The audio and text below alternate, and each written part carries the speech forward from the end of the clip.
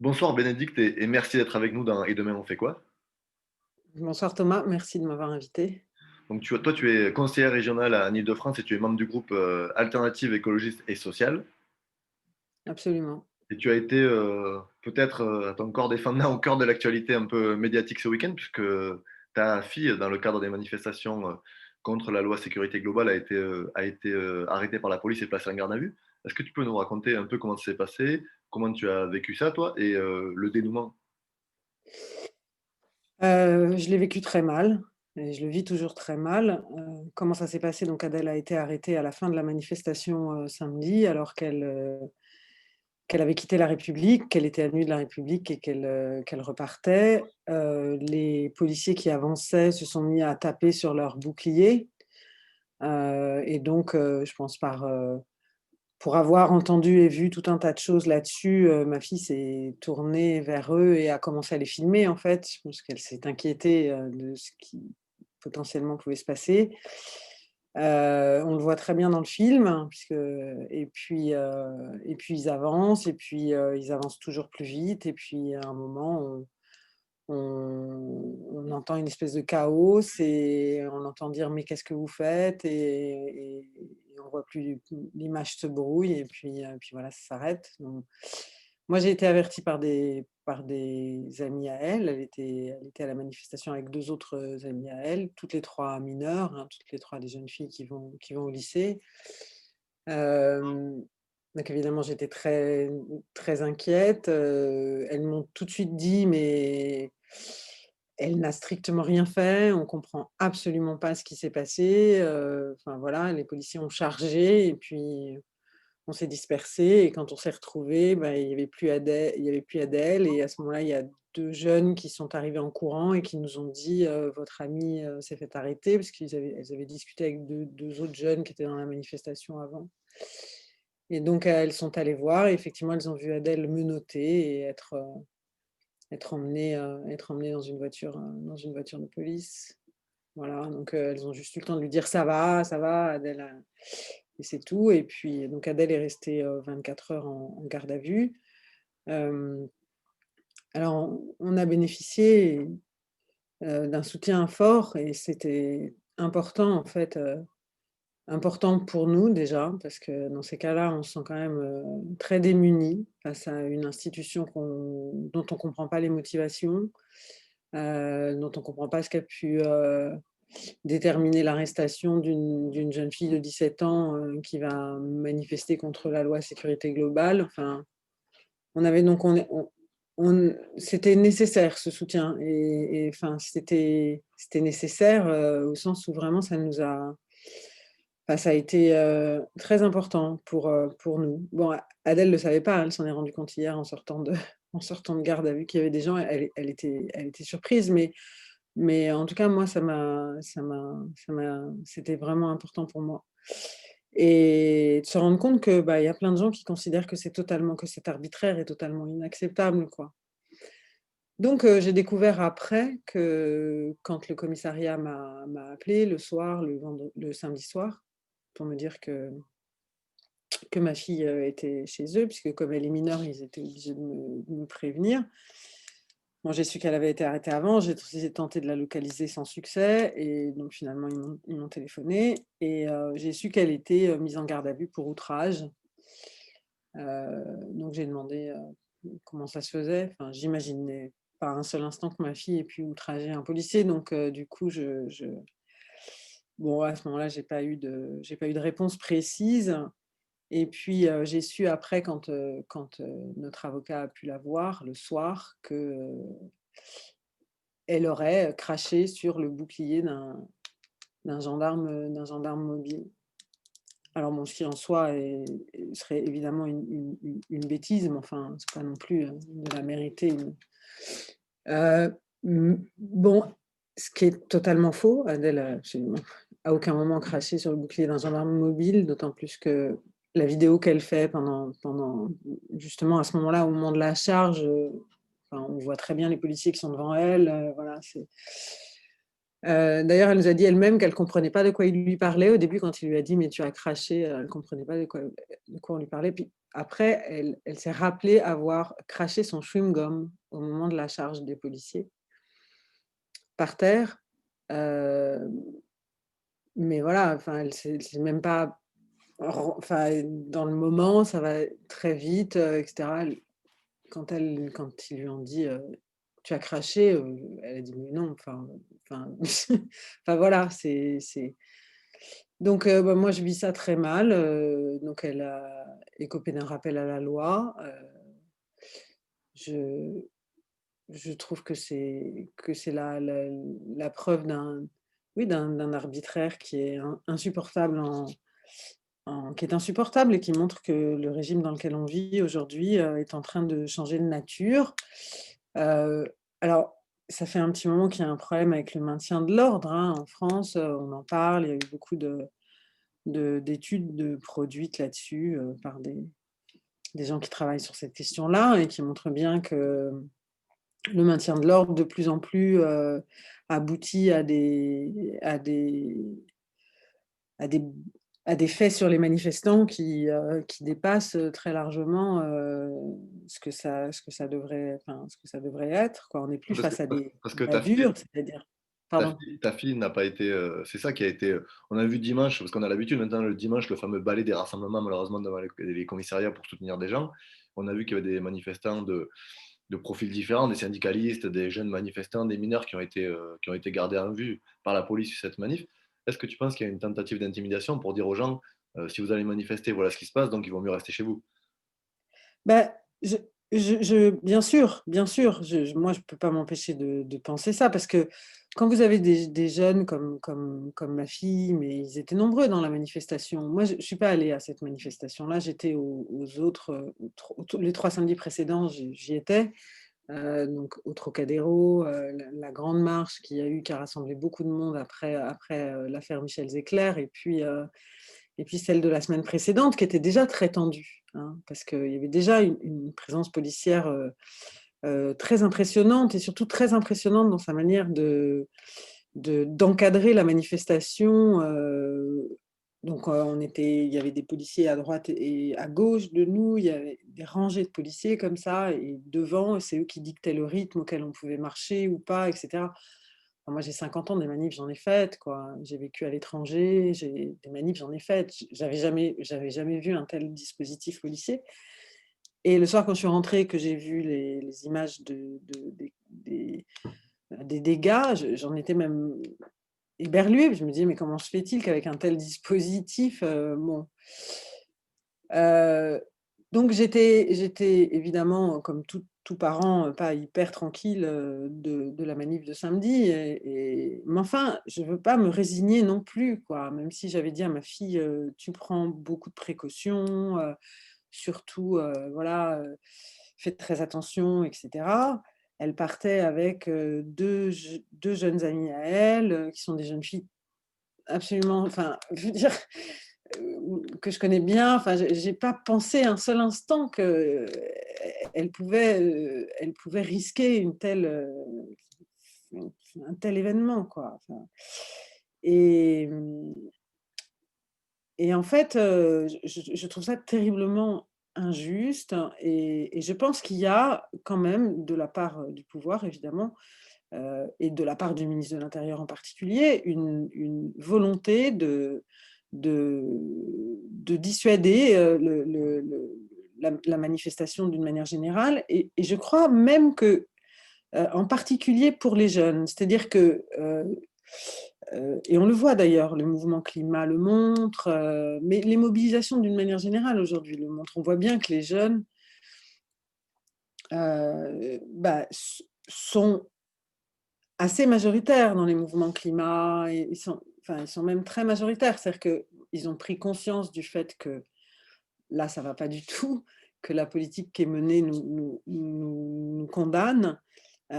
Mais elle ne nous condamne pas, enfin moi je suis pas, elle nous condamne pas au sens où ça va être l'apocalypse et nos sociétés vont disparaître, mais elle nous condamne au sens où progressivement ceux qui faisaient la qualité de vie que nous pouvions avoir ici en France, qui était liée à un héritage de lutte aussi, parce que c'est pas comme ça n'a pas été donné comme ça. Je veux dire, la révolution industrielle a été terrible, hein,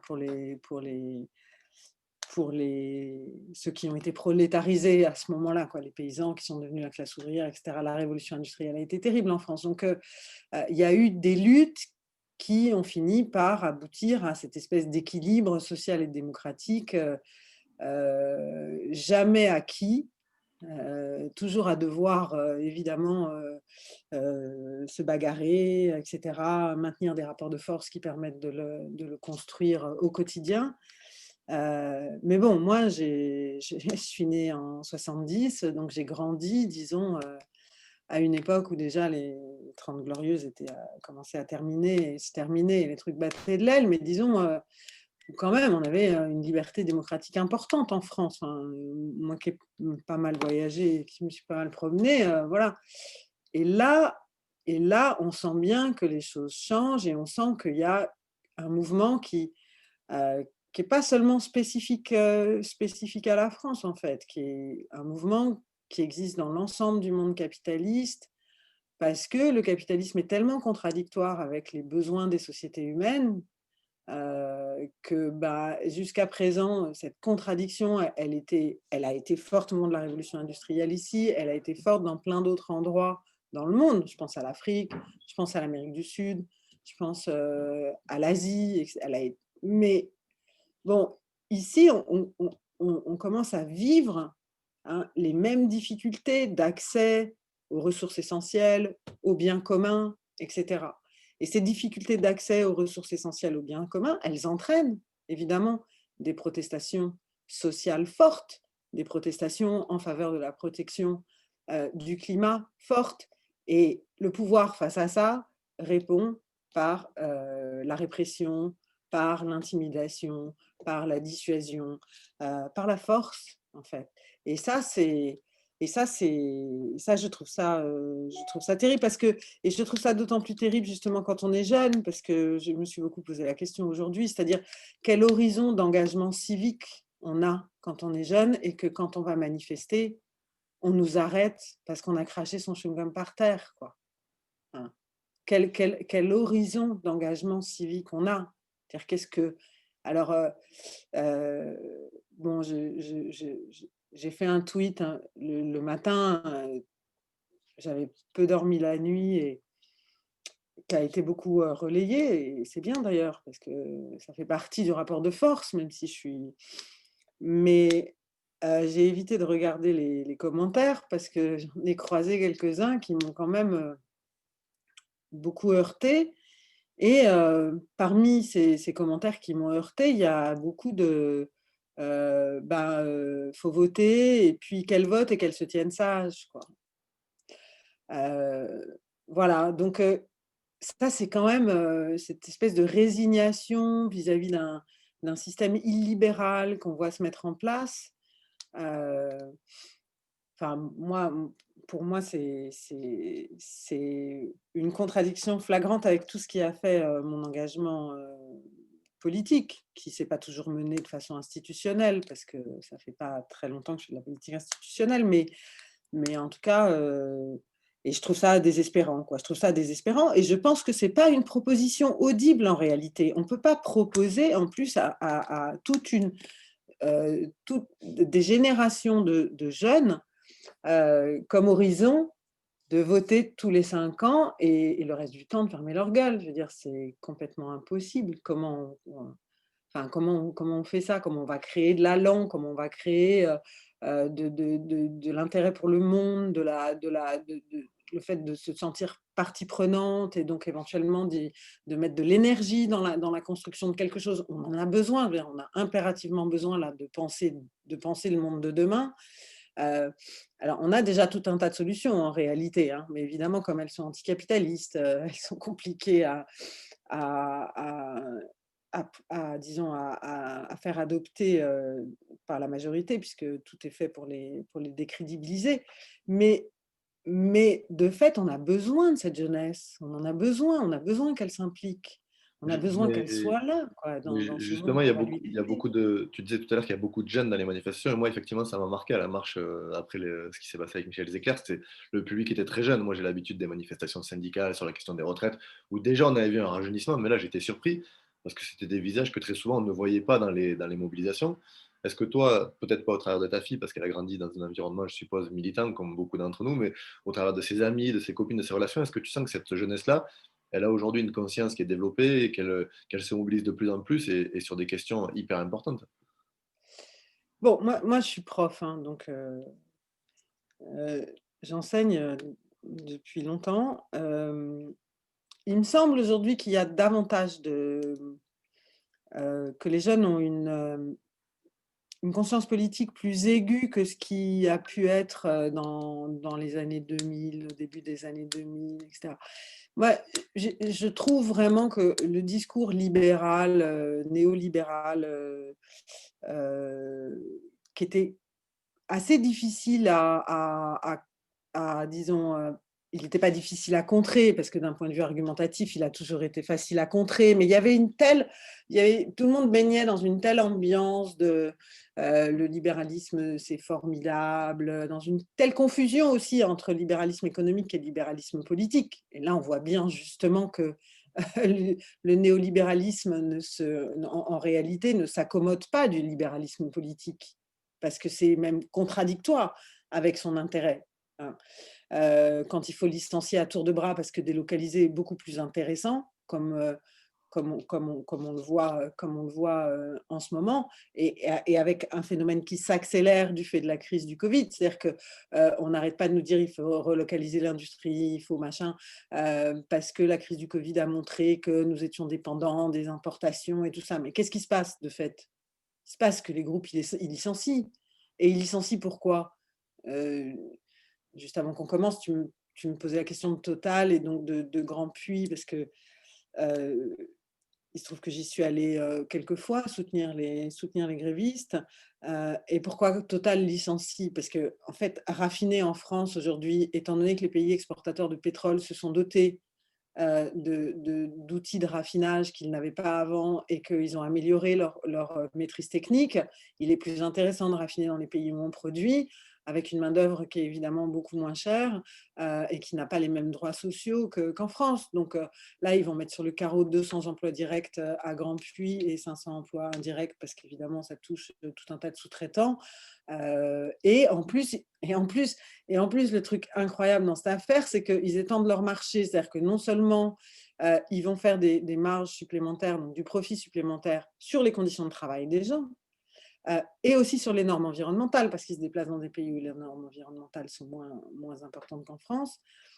Mais en plus, avec l'infrastructure qu'ils ont aujourd'hui et qui reste leur possession, hein, eh bien, ils vont étendre leur marché en faisant du plastique recyclé, des soi-disant biocarburants pour les avions qui vont coûter extrêmement cher à produire en hydrogène, et puis du plastique biologique, c'est-à-dire du plastique à base de matière organique, mais qui risque de nous conduire à terme à un conflit d'usage sur les terres agricoles. C'est-à-dire, est-ce qu'on produit des céréales pour faire du plastique bio? Est-ce qu'on produit des céréales pour faire rouler les voitures? Ou est-ce qu'on produit des céréales pour alimenter les gens? Donc, on est dans une espèce de fuite en avant complètement absurde d'un point de vue anthropologique, hein. Même pas écologique, mais anthropologique, quoi. On est dans une fuite en avant totalement absurde. Et, et, et en même temps, eh ben, le gouvernement, mais la région, et la région, je peux en parler, subventionne très fortement ces Tu as entreprises. devancé ma question, mais justement, qu'est-ce que peut faire la région et quelle politique régionale, par exemple, sur cette bataille de Grand Puy, où tu l'as dit, tu es mobilisé depuis plusieurs semaines, tu es allé voir les grévistes, tu les as soutenus. Quel rôle pourrait jouer la région pour maintenir les emplois, pour utiliser cette industrie, pour lutter contre le réchauffement climatique? Il y a plein de solutions, je suppose. Bah, la région, déjà, elle aurait pu investir dans la formation professionnelle et travailler justement à la reconversion des métiers en tension. Et pour ce qui concerne le raffinage, Fallait pas être grand clerc pour le savoir. Moi, quand j'ai été la première fois à Grand Puy soutenir les grévistes, au moment où ils ont fait leur grande grève, j'ai fait quelques recherches sur le raffinage en France et voilà, je suis tombée sur plusieurs articles qui avaient été écrits par des gens qui connaissent ça et cetera et qui expliquaient ce mouvement et les articles, ils dataient d'il y a 20 ans, 10 ans, enfin voilà, donc on le sait ça, on sait que ça va arriver, bon, donc il faut anticiper. Normalement, quand on fait de la politique, on doit avoir un minimum de vision. On sait ce qui va se passer et on essaye d'anticiper. Donc, elle pouvait déjà investir dans des filières qui aident à la reconversion des métiers en tension. D'autant plus que là, en l'occurrence, ils perdent beaucoup parce qu'une partie d'entre eux perdent leur emploi et après, les autres vont rester, mais dans des activités où les qualifications ne sont pas du tout les mêmes que celles qui étaient requises jusqu'à présent. Et donc, du coup, ils vont avoir un métier qui est sous-qualifié par rapport à leur métier.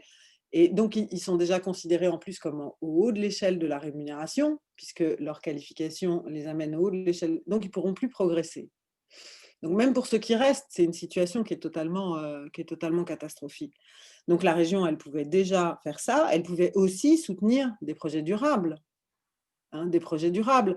Alors, du pétrole durable, moi, je ne fais pas. Je pense qu'il faut évidemment engager la transition énergétique de l'Île-de-France. Mais cette transition énergétique de l'Île-de-France, elle ne peut pas se faire sans un travail sur la rénovation du bâti. Parce qu'on doit d'abord commencer par faire des économies d'énergie. Ce n'est pas vrai qu'on pourra produire la même énergie que celle qu'on consomme aujourd'hui et qu'on consomme toujours plus avec le numérique, etc. Ce n'est pas vrai qu'on pourra le faire avec uniquement du mixte énergétique lié aux énergies renouvelables, ou alors avec des dégâts environnementaux énormes. Parce qu'on prétend que les éoliennes, c'est magnifique, que les voitures électriques, c'est formidable, etc. Et on sait très bien que c'est faux, tout ça. On sait très bien qu'on ne peut pas remplacer la flotte aujourd'hui de voitures thermiques par des voitures électriques sans engendrer une catastrophe écologique du même ordre que celle que nous vivons là aujourd'hui. Produire l'électricité, extraire les matières premières indispensables à la production des batteries, etc. On sait ce que c'est les mines de lithium, ce que ça fait les mines de lithium. Bon. Alors bref, donc c'est pas possible de faire ça sans réduire notre consommation d'énergie. Et réduire notre consommation d'énergie, ça veut dire travailler sur un aménagement du territoire différent, rapprocher les emplois du logement, travailler sur des activités durables. 50% de notre territoire est un territoire agricole. Ce sont quasiment que des grandes cultures en Île-de-France. Plus de 90% de l'agriculture francilienne, ce sont des grandes cultures et c'est des céréales, du blé, de l'orge, du colza, des betteraves. Bon. On a besoin de diversifier nos cultures. On a besoin d'investir dans une agriculture biologique et paysanne qui redonne du travail et qui redonne du sens au travail. Bon. Donc, il y a plein de choses que la région peut faire parce elle a une compétence économique, mais Madame Pécresse, elle, ne fait que subventionner les grandes entreprises multinationales du béton, du pétrole, du numérique. Alors la high-tech, ça, elle adore. Je veux dire, les 180 millions d'ordinateurs là, qui viennent d'être distribués de manière indiscriminée à l'ensemble des lycéens, c'est un scandale. Il y a des lycéens qui avaient besoin d'avoir un ordinateur, mais il y en a d'autres qui n'en avaient pas du tout besoin. Et il y a des lycées qui n'ont pas d'équipement numérique digne de ce nom. Il y a des lycées qui n'ont pas de prise électrique dans les salles de classe. Donc là aussi, elle fait un choix en travaillant avec une soi-disant, comment on appelle ça, la start-up française. Donc tout le monde trouve ça très bien, sauf que les composants viennent de Chine, que les ordinateurs devraient en 2021 peut-être être assemblés en France, mais pour l'instant, ce n'est pas le cas, et qu'on est vraiment dans des modèles high-tech avec des logiciels dont on n'a pas la propriété, qui sont Microsoft, etc. Donc on est vraiment dans du modèle high-tech. Là aussi, on peut dire on fait autrement. On développe une filière low-tech en Île-de-France. On essaye de travailler sur la démocratie numérique, sur notre capacité à maîtriser nos outils numériques et sur le développement d'une filière économe en matières premières et économe en énergie. Ça aussi, on peut le faire. Ben non, elle a fait un choix différent. Elle a fait un choix différent qui veut dire pour des centaines de milliers de travailleurs chinois, voire des millions de travailleurs chinois, des conditions de travail abominables, de l'extraction de matières premières dans des conditions abominables en Afrique, en Amérique du Sud, en Asie, parce qu'en Chine aussi, ils extraient beaucoup, hein. On ne le dit pas souvent, mais ils extraient beaucoup en Chine, ils ne font pas que produire. Bon.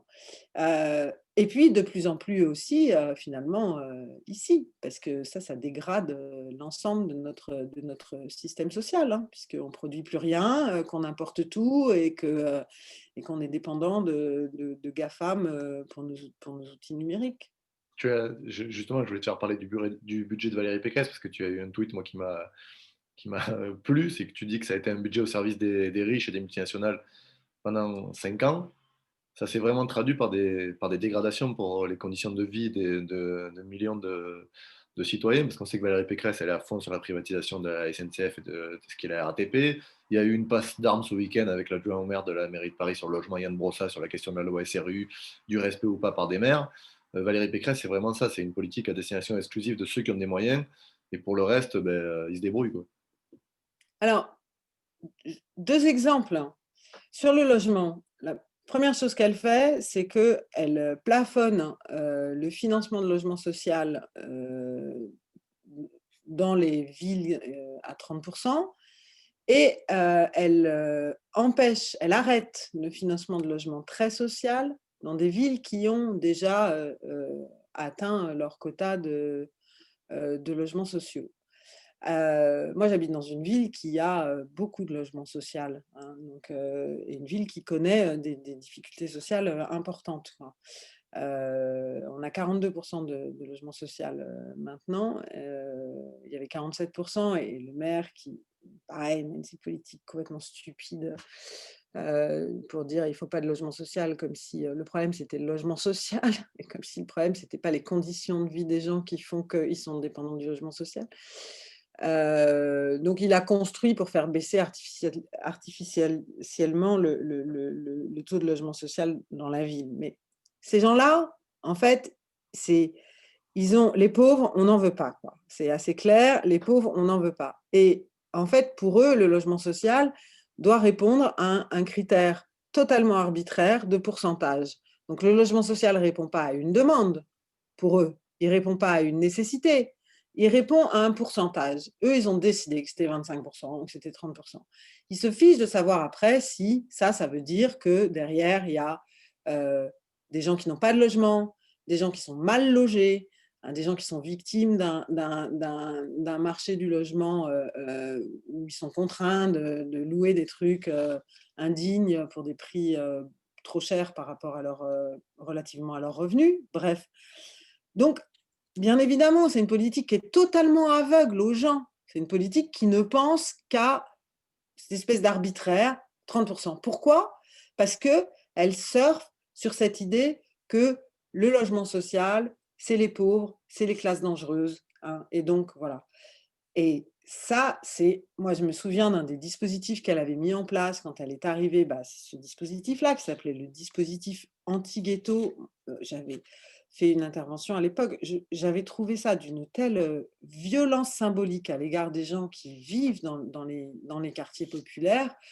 Enfin, voilà. Donc évidemment, elle mène une politique de classe. Rien n'est fait pour ces quartiers-là. Les difficultés dans ces quartiers-là, hein, c'est qu'il y a plus de services publics. Bon, c'est que les écoles, quand il y en a, fonctionnent difficilement parce que justement, elles manquent d'argent et elles manquent d'argent du fait de politiques comme celle de madame Pécresse, puisqu'elle a considérablement baissé le soutien aux lycées publics. Je regardais les chiffres là, tout à l'heure pour les avoir en tête et puis demain je dois intervenir sur le nouveau budget là, sur les lycées. En 2015, le soutien régional par lycéen, c'était 207 € par lycéen. En 2020, c'est 183 € par lycéen. Bon, c'est une baisse qui est considérable, hein. C'est une baisse qui est très importante dans des lycées qui sont déjà en difficulté. Hem Et donc bon là, c'est une baisse en moyenne, hein. Après, quand on va voir dans le détail, on se rend compte d'inégalités territoriales importantes parce que les lycées qui avaient des difficultés plus grandes que les autres, ils avaient une dotation de solidarité. Cette dotation de solidarité, parfois, elle a été supprimée sans qu'on sache ce qui motive la suppression de la dotation de solidarité et elle a été globalement réduite. hein, elle a été globalement réduite. Et par ailleurs, elle a surfinancé le privé. C'est-à-dire que ce qu'on appelle le forfait d'externat, qui est une obligation, hein, l'État oblige les collectivités locales à financer les établissements privés sous contrat, donc les lycées pour la région, en leur donnant ce fameux forfait d'externat. Les écoles, c'est les villes, les collèges, c'est les machins. Bon, et là, Macron a fait un joli cadeau à l'enseignement confessionnel, enfin, va faire un joli cadeau à l'enseignement confessionnel en rendant la scolarité obligatoire à partir de 3 ans, puisque ça, du coup, ça va étendre le forfait d'externat aussi aux maternelles, ce qui pour l'instant n'est pas le cas. Alors ça, c'était la part obligatoire. Mais elle a rajouté plein de trucs. Elle a rajouté des aides qui avaient été supprimées par la gauche avant. Elle a rajouté des aides sociales comme l'accès à la cantine, l'acquisition de manuels scolaires. Alors elle dit: «Oui, mais c'est pour l'égalité, c'est pour l'égalité que je fais ça». Mais c'est invraisemblable, c'est ce que je lui réponds tout le temps. Je dis: «Mais c'est invraisemblable, vous êtes en train d'encourager les stratégies d'évitement des parents». Bon, on ne peut pas reprocher à un parent qui vit dans un quartier où l'école est très compliquée d'avoir envie d'essayer de mettre son enfant ailleurs. Et si la région l'aide pour le faire, plutôt que de mettre de l'argent dans l'école qui ne marche pas bien pour faire en sorte qu'elle marche bien, bah évidemment, hein, c'est une rente de situation pour les établissements publics. Donc elle a fait ça et elle a institué de nouvelles aides. Alors, une aide à la rénovation des lycées privés, une aide à la sécurisation des lycées privés. Bon, cette année, elle leur a donné 8 millions comme ça en plus. Hein, 8 millions comme ça en plus. Alors, c'est une politique de classe, évidemment, c'est une politique de classe. J'avais mis dans mon intervention la dernière fois une espèce de figure de style comme ça, un peu frappante, parce que ça m'avait tellement marqué. Mais au début du confinement, il y a un lycée dans le 93 dont la cour s'est effondrée. Alors, heureusement, ça s'est passé au début du confinement. Je ne me souviens plus du nom du lycée, je pourrais le retrouver, mais ça s'est passé au début du confinement, donc il n'y a pas eu de blessés, il n'y a pas eu de problème, et cetera. Cette cour aurait dû être rénovée depuis longtemps et ça n'avait pas été fait. Et on a découvert à ce moment-là, en faisant des recherches, que par ailleurs, la région avait subventionné la réfection de la cour de l'école alsacienne en donnant 50 000 €. L'école alsacienne est l'école privée la plus prestigieuse de Paris. Bon, donc c'est invraisemblable. C'est invraisemblable. C'est-à-dire que et donc j'avais dit, la cour de l'école publique s'effondre, hein, tandis que celle de l'école privée, tandis que celle de l'école alsacienne bénéficie d'une subvention de 50 000 €. Donc voilà, on voit bien que là, l'exemple des lycées est caractéristique. L'exemple du logement, l'exemple des lycées est caractéristique, mais on pourrait prendre aussi l'exemple des transports en commun. Parce que pourquoi est-ce qu'elle soutient le Charles de Gaulle Express, hein, alors qu'on sait très bien que c'est un projet qui va se faire au détriment du RER B? C'est des millions d'euros qui partent pour un projet qui va uniquement satisfaire des gens qui voyagent, qui vont à Roissy pour voyager, pour leur travail, qui sont dans cette espèce de monde frénétique où il faut toujours aller plus vite, etc. Donc on prend le CDG Express, il va traverser le 93 sans s'arrêter, parce qu'on ne sait jamais quand même. Donc il va traverser le 93 sans s'arrêter, il va arriver direct à Roissy.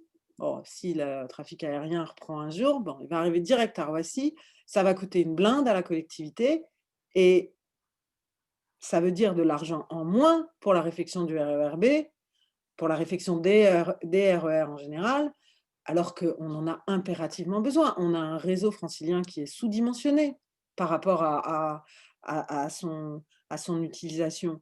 Aujourd'hui, enfin, depuis là, il y a plus d'1 million de voyages en plus sur le réseau francilien. Bon, entre autres parce que justement, il n'y a pas de réflexion non plus sur l'aménagement du territoire.